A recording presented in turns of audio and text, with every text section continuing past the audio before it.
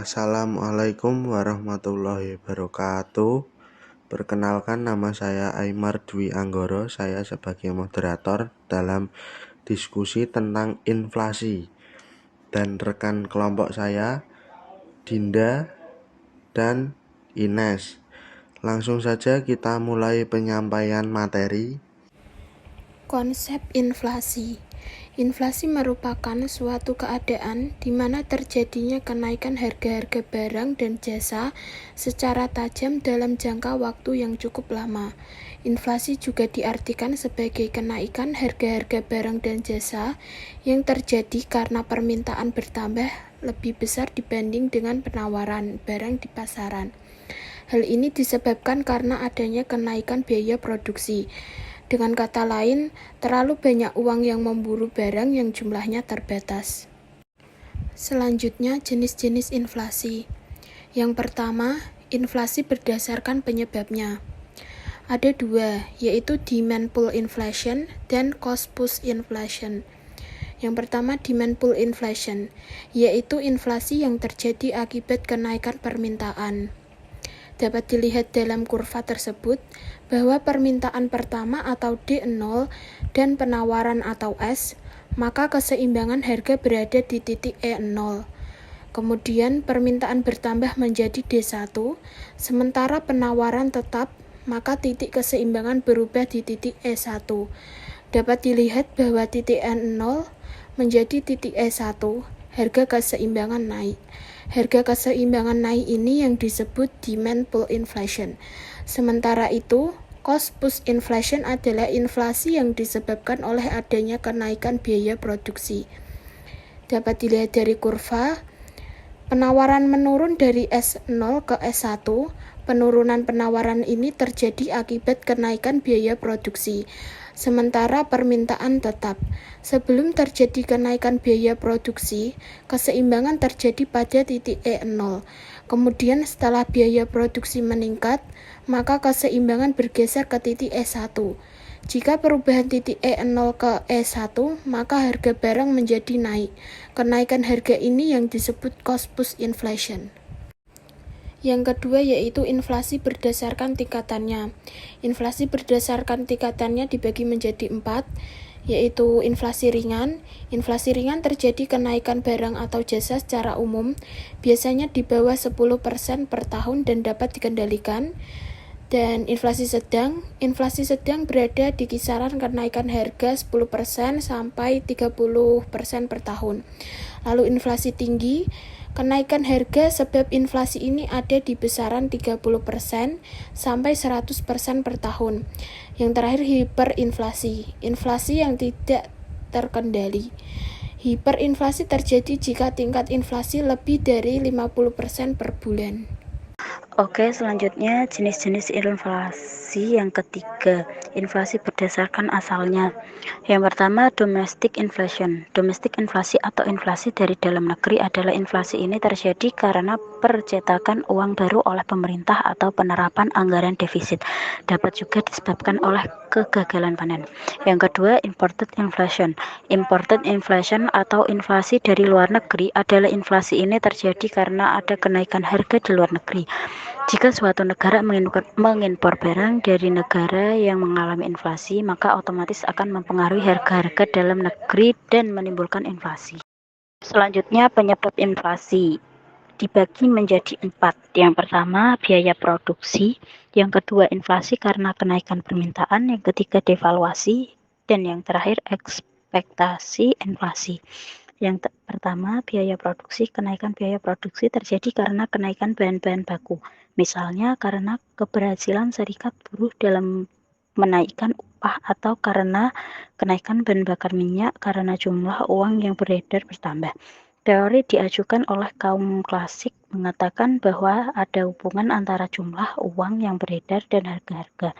Jika jumlah uang yang beredar bertambah 2 kali lipat, maka harga akan naik 2 kali lipat. Penambahan jumlah uang yang beredar dapat terjadi misalnya kalau pemerintah memakai sistem anggaran defisit. Inflasi karena kenaikan permintaan terjadi karena adanya kenaikan permintaan untuk beberapa jenis barang. Peningkatan permintaan itu dapat terjadi karena peningkatan belanja pemerintah, peningkatan pemerintah untuk diekspor, dan peningkatan permintaan barang untuk kebutuhan swasta. Devaluasi terjadi karena suatu mata uang kehilangan nilainya dibandingkan dengan mata uang lainnya. Hal ini membuat impor menjadi lebih mahal dan dapat menyebabkan inflasi. Jika dolar mendevaluasi terhadap euro, dibutuhkan lebih banyak dolar untuk membeli jumlah euro yang sama. Jika sebuah bisnis mengimpor barang dari Eropa, mungkin perlu menaikkan harga untuk menutupi kenaikan biaya.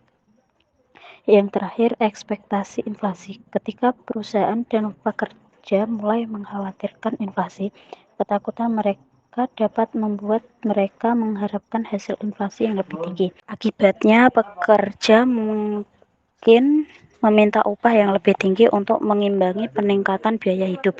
Tapi itu adalah ramalan yang terpenuhi dengan sendirinya. Ketakutan mereka dapat memperburuk masalah. Untuk membayar upah yang lebih tinggi bagi pekerja mereka, perusahaan harus menaikkan harga mereka. Ketika perusahaan berpikir bahwa bahan baku lebih mahal, karena juga akan menaikkan harga untuk mempertahankan margin keuntungan mereka. Gabungan itu berarti ekspektasi inflasi dapat menyebabkan tingkat inflasi naik. Selanjutnya, kebijakan pemerintah dalam mengatasi inflasi dibagi menjadi 7. Yang pertama, kebijakan moneter yang ketat. Bank sentral dapat mengadopsi kebijakan moneter yang ketat untuk mengendalikan inflasi. Hal ini dapat dilakukan dengan menaikkan suku bunga, mengurangi pasokan uang yang beredar, atau menjual surat berharga pemerintah untuk menarik uang dari pasar. Langkah-langkah ini bertujuan untuk mengurangi pengeluaran konsumen dan investasi, sehingga mengendalikan permintaan dan inflasi. Yang kedua, kebijakan fiskal yang ketat. Pemerintah dapat mengadopsi kebijakan fiskal yang ketat untuk mengurangi pengeluaran dan menyeimbangkan anggaran. Hal ini dapat dilakukan dengan mengurangi belanja publik, meningkatkan pajak, atau mengurangi subsidi yang dapat menyebabkan tekanan inflasi. Yang ketiga, pengendalian upah. Kenaikan upah yang terlalu cepat dapat mendorong inflasi. Pemerintah dapat bekerja sama dengan serikat pekerja dan pengusaha untuk menetapkan kebijakan upah yang wajar dan sesuai dengan produktivitas ekonomi, sehingga mengurangi tekanan inflasi. Yang keempat, intervensi pasar. Pemerintah dapat melakukan intervensi pasar langsung di pasar untuk mengendalikan harga barang dan jasa tertentu yang memiliki dampak signifikan terhadap inflasi. Hal ini dapat dilakukan dengan mengatur harga, mengimpor barang, atau mengurangi tarif pada barang-barang tertentu untuk mengurangi tekanan inflasi.